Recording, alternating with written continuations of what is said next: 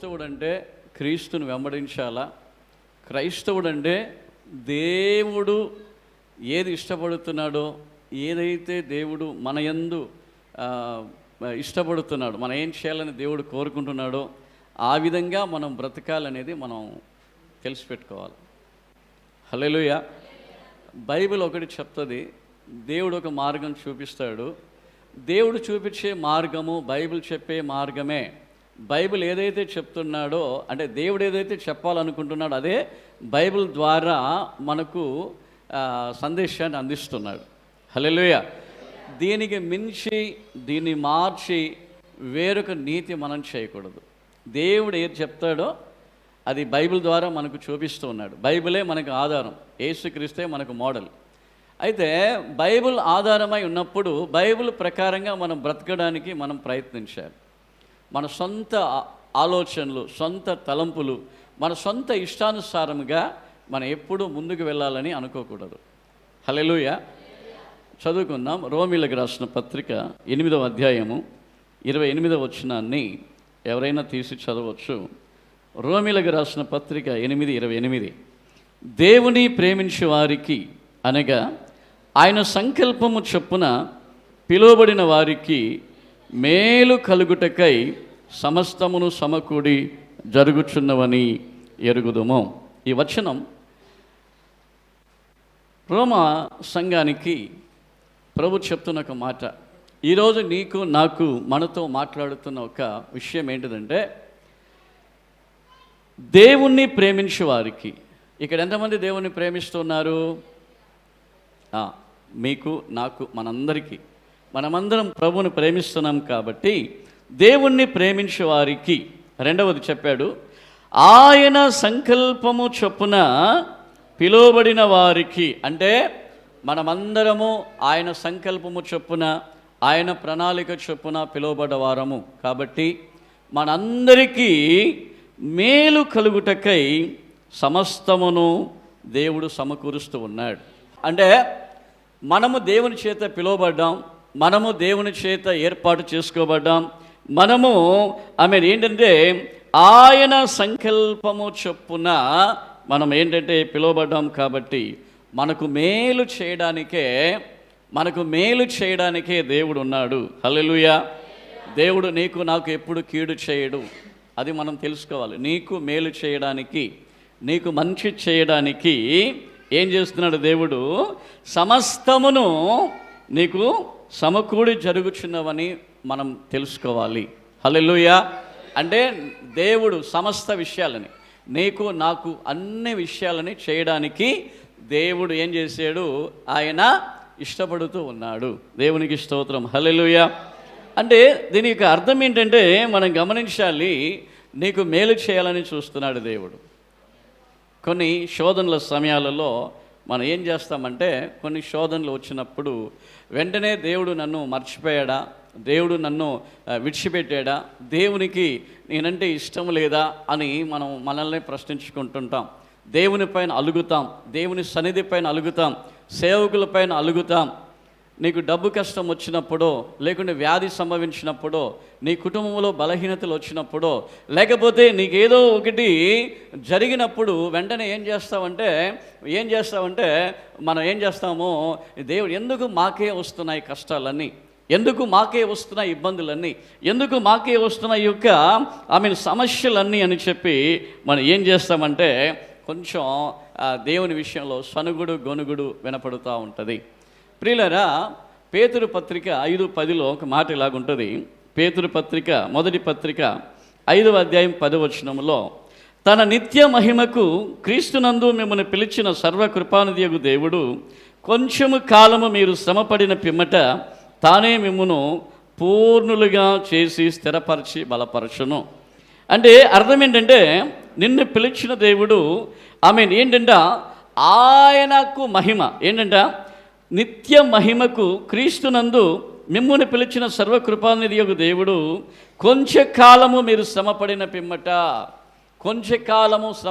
పిమ్మట మనల్ని ఏం చేస్తాడంటే స్థిరపరుస్తూ ఉన్నాడు. అనేక విషయం పూర్ణులుగా చేయడానికి, మీరు నేను పరిపూర్ణం అవడానికి పరిపక్వము చెందడానికి కొన్ని పరీక్షలను దేవుడే అనుమతిస్తూ ఉన్నాడు. హల్లెలూయా చెప్దాం. ఎప్పుడు చూసినా మనుషులపైన ఆధారపడుతూ ఉంటాం. ఎప్పుడు చూసినా మనుషులపైన ఏమి ఇస్తారో అని మనుషులపైన ఆధారపడుతూ ఉంటాం. లేకపోతే జనరల్గా మీరు కానీ నేను కానీ మనం ఏం చేస్తుంటామంటే, ఏదైనా అనారోగ్యం వచ్చిందనుకోండి, వెంటనే డాక్టర్లపైన ఆధారపడుతూ ఉంటాం. లేకపోతే ఏదైనా సమస్య అనుకోండి, దేవుని పైన ఆధారపడకుండా ఇతరులను మనం ఆశ్రయించే వ్యక్తులుగా ఉంటారు, కొంతమంది ఉంటారు. దీనికి దేవుడు ప్రభు ఏం చెప్తున్నాడు అనంటే, మీరు గమనించాలి, నన్నో స్థిరపరచుతాడు, బలపరుస్తాడు.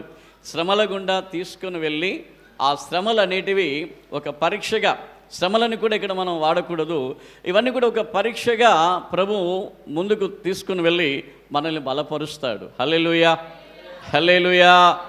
డబ్బు కావాలనుకోండి, నా బిడ్డ ఊరిక మనుషులను అడుగుతుందా? అనారోగ్యం అనుకోండి, నా బిడ్డ మనుషులను అడుగుతుందా? ఏదైనా బలహీనత అనుకోండి, మనుషులపైన ఆధారపడుతుందా, లేకుంటే నా పైన ఆధారపడుతుందా అని ప్రభు ఏం చేస్తుంటాడంటే, అక్కడ మనల్ని స్థిరపరచడానికి కొన్ని పరీక్షలను పంపిస్తూ ఉంటాడు. హల్లెలూయా, హల్లెలూయా, హల్లెలూయా. మీరు చూడండి, యోబు గురించి మనం చూస్తుంటే, యోబు అంటాడు, నేను శ్రమ పడినది మంచిది, ఇందువలన నేను దేవుని యొక్క ప్రమాణములను నేర్చుకున్నాను. హల్లెలూయా. శ్రమ పడితేనంట బైబిల్ సెలవిస్తుంది, శ్రమ పడితే శ్రమ ఓర్పుని కలిగిస్తుంది. శ్రమ ఏం కలిగిస్తుంది? శ్రమ ఓర్పుని కలిగిస్తుంది. ప్రియమైన దేవుని బిడ్డ, మీరు గమనించాలి, శ్రమ ఏం చేస్తుందంటే ఓర్పుని కలిగిస్తుందని బైబిల్ వాక్యం మనం చూస్తూ ఉన్నాం. ఓర్పు మనకు ఏం చేస్తుందంటే, ఆ యొక్క శ్రమ నుండి మనం ఓర్పు నుండి నిరీక్షణ, అంటే ఎదురు చూసే ఆ ఓర్పు ఉన్నదంటే దేవుడు నాకు నిరీక్షణ, అంటే నాకు సహాయం చేస్తాడనే యొక్క ఈ ఆశ, ఆ హోప్ని దేవుడు కలిగిస్తాడు. హల్లెలూయా చెప్దామా? మాత్రమే కాదు, ప్రియమైన దేవుని బిడ్డలారా, మీరు గమనించాలి, ఎప్పుడైనా మనం శోధనలో పడినప్పుడు ఈ శోధన ఏంటంటే మనం తెలుసుకోవాలి. ఈ నానా విధమైన, యాకోబు అంటాడు, యాకోబు పత్రికలో 1:3 చెప్తాడు, ఏమంటాడంటే, మీరు నానా విధమైన శోధనలో పడినప్పుడు అది మహా ఆనందమని ఎంచుకోండి. నా ఆనందానికే ఈ శోధన వచ్చింది, నేను మంచిగా ఉండడానికే ఈ శోధన వచ్చింది, నేను మేలు పొందుకోవడానికే ఈ శోధన వచ్చింది. లేకపోతే నన్ను పిలిచిన దేవుడు, అది మనం అర్థం చేసుకోవాలి. దేవుడు మనల్ని పిలిచాడు శోధనలో పడేయడానికి కాదు. దేవుడు మనల్ని పిలిచాడు కష్టాలలో వదిలిపెట్టడానికి కాదు. దేవుడు మనల్ని పిలిచాడు, ఏమని చెప్తున్నాడంటే, ఆయన సంకల్పము చొప్పున అనే మాట ఉపయోగించాడు. ఆయన సంకల్పము చొప్పున మనల్ని పిలిచాడు. హల్లెలూయా. ఆయన సంకల్పము చొప్పున మనల్ని పిలిచిన దేవుడు మనల్ని కష్టాలలో విడిచిపెట్టడు, శోధనలలో విడిచిపెట్టడు, శ్రమలలో విడిచిపెట్టడు. అయితే శోధనలు, శ్రమలు ఎందుకు వస్తున్నాయంటే, వాటి ద్వారా మనం ఇంకను ప్రభు దగ్గరికి రావాలని, వాటి ద్వారా ఇంకను మనం ఆ యొక్క ఓర్పు, సహనాన్ని, ఓర్పుని మనం ఏం చేయాలి, నేర్చుకోవాలని. శ్రమ ఓర్పు పరీక్ష ఏం చేస్తుందంట, నిరీక్షణను కలగజేస్తుందని మనం తెలుసుకోవాలి ప్రియులారా. హల్లెలూయా, హల్లెలూయా, హల్లెలూయా, హల్లెలూయా. ఈ యొక్క ఎప్పుడైతే నీ కుటుంబంలో ఒక వ్యాధి వస్తున్నదో, ఏదో దేవుడు నన్ను పరీక్షిస్తున్నాడు, వెంటనే మనం ఏం చేయాలా? ఆ పడిపోయి, శోధనలో పడిపోయి కృంగి నలిగిపోవడం కాదు, ప్రార్థన చేయాల.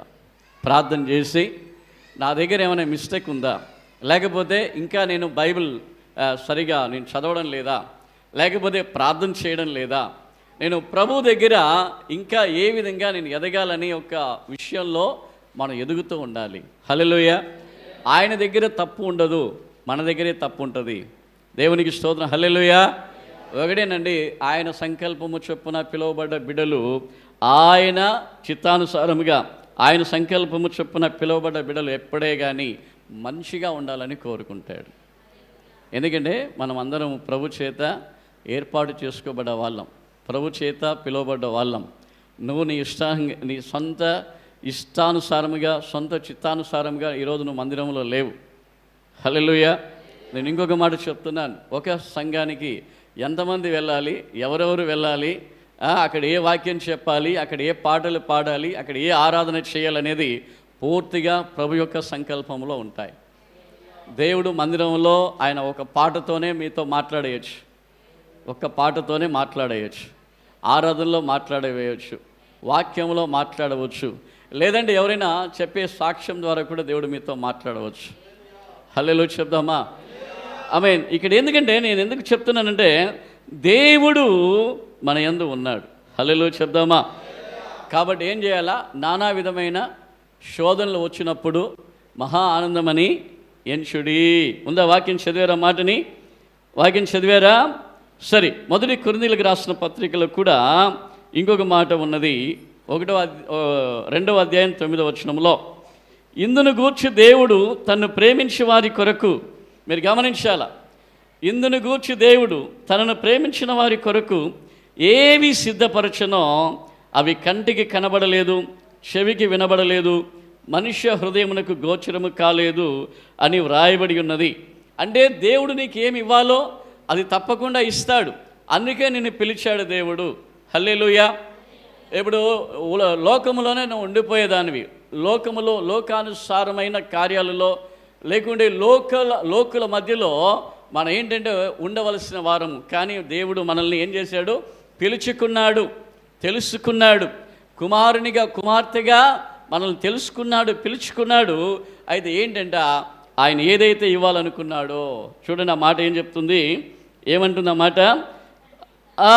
తన్ను ప్రేమించు వారి కొరకు ఏవి సిద్ధపరిచాడో అవి కంటికి కనబడలేదు, చెవికి వినబడలేదు, మనుష్య హృదయమునకు గోచరము కాలేదు. అంటే మనుషులకు తెలియదు. నీకేమి ఇవ్వాలో ఆయనకే తెలుసు, నీకేమి చేయాలో ఆయనకే తెలుసు, నువ్వే విధంగా ఉండాలో ఆయనకే తెలుసు. హల్లెలూయా, హల్లెలూయా, ఆమేన్. నీ ఆలోచనలు 100 ఉండొచ్చు, వేల కొలది ఆలోచనలు ఉండవచ్చు, కానీ దేవుని ప్రణాళికని నీ జీవితంలో జరిగిద్ది, దేవుని ఇష్టమే నీ జీవితంలో జరిగిద్ది. హల్లెలూయా.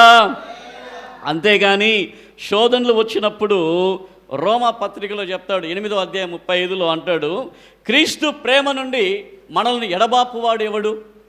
నిన్ను పిలిచిన దేవుడు నమ్మదగిన దేవుడు, నిన్ను పిలిచిన దేవుడు నమ్మదగిన దేవుడు. ఆ నమ్మదగిన దేవుని యొక్క చేతిలో నుండి నిన్ను ఎడబాపేవాడు ఎవడు లేడు, నిన్ను ఎడబాపేవాడు. అది చెప్తాడు చూడండి, క్రీస్తు ప్రేమ నుండి మనలను ఎడబాపువాడు ఎవడు? శ్రమ అయినను, బాధ అయినను, హింస అయినను, కరువైనను, వస్త్రహీనత అయినను, ఉపద్రవమైనను, ఖడ్గమైనను మనల్ని ఎడబాపునా? ఈ విశ్వాసం రావాలి తల్లి అందరికీ, ఈ విశ్వాసం రావాలయ్యా అందరికీ. కష్టం వస్తే దేవుని ప్రేమ నుండి చాలామంది మళ్ళీ చెప్తున్నాను, బాధపడకండి. చాలామంది కొంచెం శోధన వస్తే అవిశ్వాసంలో పడిపోయే వాళ్ళు చాలామంది ఉన్నారు. అప్పులు తీరితే కానీ నేను చర్చికి రాననే వాళ్ళు చాలామంది ఉన్నారు. నా వ్యాపారం అయితే కానీ నేను చర్చికి రాననే వాళ్ళు చాలామంది ఉన్నారు. నా కుమార్తెకు వివాహం అయితే కానీ మందిరానికి రాను అనేవాళ్ళు చాలామంది ఉన్నారు. కానీ మీరు అలాగ ఉండకూడదు, మనం అలాగ ఉండకూడదని నేను ప్రభు పేరట మనవి చేసుకుంటూ ఉన్నాను. హల్లెలూయా, హల్లెలూయా. నువ్వు క్రీస్తు మార్గంలో ఉన్నప్పుడు, నువ్వు దేవుని మార్గంలో ఉన్నప్పుడు, నువ్వు ప్రభు మార్గంలో ఉన్నప్పుడు నేను తెలుసుకోవాల్సిన ఒక విషయం ఏంటంటే, ఆమేన్, నేను దేవుని ప్రేమిస్తూ ఉన్నాను. మన మొదటి వచనం అదే చదివాం. మొదటి వచనం ఏమని చదివాం? దేవుణ్ణి ప్రేమించు వారికి అని ప్రారంభమైంది.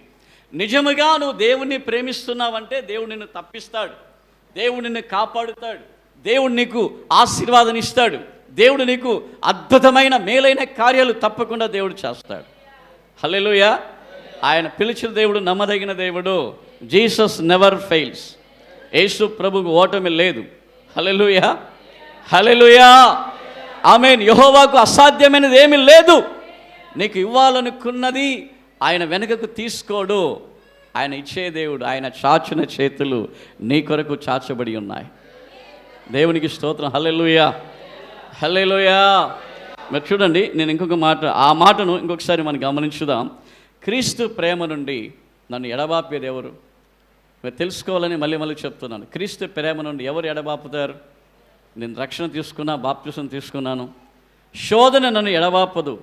ఏంటి? ఒక నిర్ణయం రావాలా. నీ భర్త నేను బాగా చూసుకోగలేకపోయినా, నీ కుటుంబంలో కరువులు వచ్చినా, ఇబ్బందులు వచ్చినా, ఏంటి, ఆ సమస్య ద్వారా నేను దేవునికి దూరం కాను. ఏంటి? ఆ సమస్య ద్వారా నేను దేవునికి దూరం కాను. మనం ఏం చేయాలా? ఆ భర్తతో సమాధాన పరచడానికి ప్రార్థన చేయాలి. నీ కష్టాల నుండి విడుదల పొందుకోవడానికి ప్రార్థన చేయాలి. హల్లెలూయా, హల్లెలూయా. నీ కుమారునికో నీ కుమార్తెకో సంబంధాలు చూస్తున్నావు, పెళ్ళే కావడం లేదా? ఏం చేయాలి? దేవుని మహిమ కొరకు దేవుడు ఏదో ఒకటి పెట్టాడు. ఆయన సంకల్పం నా బిడ్డల జీవితంలో జరిగింది. హల్లెలూయా చెప్దామా? హల్లెలూయా. కానీ మనం ఏం చేయాలా? ప్రార్థన చేస్తూనే ఉండాలి. ఈ చిన్న శోధనలు నన్ను నా తండ్రి నుండి ఎడబాపవు. చెప్పండి, చిన్న శోధనలు నన్ను నా తండ్రి నుండి ఎడబాపవు. అక్కడ చెప్తున్నాడు ఏంటిదంటే, శ్రమ అయినను, బాధ అయినను, హింస అయినను, కరువైనను, వస్త్రహీనత అయినను, ఉపద్రవమైనను, ఖడ్గమైనను మనల్ని ఎడబాపున. ఈ నిశ్చయం కావాలి బిడ్డ అందరికీ. ఈ నిశ్చయత మనకు ఎప్పుడైతే ఉంటుందో తప్పకుండా మనం గొప్ప ఆశీర్వాదంలోనికి, గొప్ప దీవెనలోనికి మనం వెళ్తామని ప్రభు చెప్తున్నాడు. ఒక్క మాటను చదివి ముందుకు వెళ్దాం. 1 పేతురు పత్రిక, బైబిల్ ఉంటే అందరు తీయండి. చాలా అద్భుతమైన మాట. దయచేసి ఇంకెప్పుడు కూడా శోధనలు వచ్చినప్పుడు, చిన్న కష్టాలు వచ్చినప్పుడు ఎవరు కూడా బాధపడకండి. ఇది నా మంచికే జరిగింది, ఇది నా మంచిగా జరిగింది. యోబు చెప్తున్నాడు కదా, నేను శ్రమపడ్డది మంచిది, ఇందువలన దేవుని కార్యాలను నేర్చుకున్నాను. 1 పేతురు పత్రికలో ఒక మాట ఉంటుంది, 1వ అధ్యాయం 7వ వచనం. నశించిపోవు సువర్ణము అగ్ని పరీక్ష వలన శుద్ధపరచబడుచున్నది కదా, అమూల్యమైన మీ విశ్వాసము ఈ శోధనల చేత పరీక్షకు నిలిచినదై యేసుక్రీస్తు ప్రత్యక్షమైనప్పుడు మీకు మెప్పును, మహిమయు, ఘనతయు కలుగును. హల్లెలూయా, హల్లెలూయా. ఏమంటున్నాడు? నశించిపోయే సువర్ణము, బంగారం ఉంది కదా, ఈ బంగారము నశించిపోయేది. పరలోకములో మనం కాళ్ళ కింద వేసి తొక్కబోయే బంగారం అది. హల్లెలూయా, ఆమేన్. పరలోకములో రోడ్లు వేస్తారంట బంగారముతో. అది చెప్తున్నాడు, నశించిపోయే సువర్ణము ఏంటంటే అగ్ని పరీక్ష వలన శుద్ధిపరచబడుచున్నది. ఆ బంగారములో కల్తీ ఉందా? ఆ బంగారము మేలిమి బంగారమా, ఆ మంచి బంగారమా, చెడ్డ బంగారమా అని తెలుసుకోవడానికి అగ్ని పరీక్ష వస్తుంది. అదేవిధంగా దేవుడు చెప్తున్నాడు, మీరు కూడా నా బంగారం అని చెప్తున్నాడు దేవుడు. హల్లెలూయా. మనల్ని ఏం చేస్తున్నాడు? అగ్ని పరీక్షతో బంగారాన్ని పరీక్షించినట్లుగా నన్ను దేవుడు ఏం చేస్తున్నాడు? పరీక్షిస్తూ ఉన్నాడు. హల్లెలూయా. చెప్పాడు చూడండి, దానికంటే అమూల్యమైన మీ విశ్వాసము ఈ శోధనల చేత పరీక్షకు నిలిచినదై. అంటే శోధన వచ్చినప్పుడు విశ్వాసంతో మనం ఉండాలి. పరీక్ష నీకు వచ్చినప్పుడు, నీ కుటుంబానికి, నీ బిడ్డలకు పరీక్ష వచ్చినప్పుడు కృంగిపోకుండా, వెనకకు పడిపోకుండా మనం ఏం చేయాలి? పరీక్షకు నిలిచి యేసుక్రీస్తు ప్రత్యక్షమైనప్పుడు మీకు కలగబోయే మెప్పు, మహిమ, ఘనతయు కలుగుటకు కారణమగును. ప్రభు ఒక రోజు వస్తాడు. ఆ రోజు వచ్చేటప్పుడు వాని క్రియలకు తగిన జీతము నా యొద్ద ఉన్నది అని చెప్తున్నాడు దేవుడు. వాని క్రియలకు, వాని పనికి తగిన జీతము ఆయన యొద్ద ఉన్నది. ఆ జీతాన్ని తీసుకొని వస్తాడు దేవుడు. నాకు రావాల్సిన మహిమను, నాకు రావాల్సిన మెప్పును, నాకు రావాల్సిన ఘనతను దేవుడు నాకు ఇస్తాడు. హల్లెలూయా. ఆ విశ్వాసం మనకు ఉండాలి. శోధన వచ్చినప్పుడు మీ విశ్వాసం ఇంకా పెరగాలి, కానీ విశ్వాసం తగ్గిపోకూడదు. ఆమేన్, హల్లెలూయా. కాబట్టి మనం పిలువబడ్డవారము. ఈ పిలువబడ్డవారు ఏం చేయాలి? దేవుణ్ణి ప్రేమించుతూ ఉండాలి. దేవుని ప్రేమలో నుండి మనల్ని ఎడబాపేవాడు ఎవడు లేడు. హల్లెలూయా చెప్దామా? హల్లెలూయా, హల్లెలూయా. ఒక చిన్న నిర్ణయం మనం ఈరోజు తీసుకుందాం. ఆమేన్. ఎన్ని కష్టాలు వచ్చినా, ఎంత ఇబ్బంది వచ్చినా, ఎంత సమస్య వచ్చినా, నీ ప్రేమలో నుండి నన్ను ఎడబాపువాడు ఎవడు ప్రభువా. క్రీస్తునందు ప్రియమైన దేవుని బిడ్డలారా, ఇలాంటి ఆత్మీయమైన సందేశాలు ఎన్నో వినడానికి మా channel Beracah divine and revival ministries అనే ఛానల్ని సబ్స్క్రైబ్ చేయండి, లైక్ చేయండి. మీరు పొందిన ఆశీర్వాదాలు ఇతరులు కూడా పొందుకునే రీతిగా ఇతరులకు షేర్ చేయండి. మీ అందరూ ప్రభు నామమున ఆశీర్వాదకరంగా ఉండాలని నా నిండు మనసుతో మిమ్మల్ని ఆస్వాదిస్తున్నాను, నిండు మనసుతో నేను కోరుకుంటూ ఉన్నాను.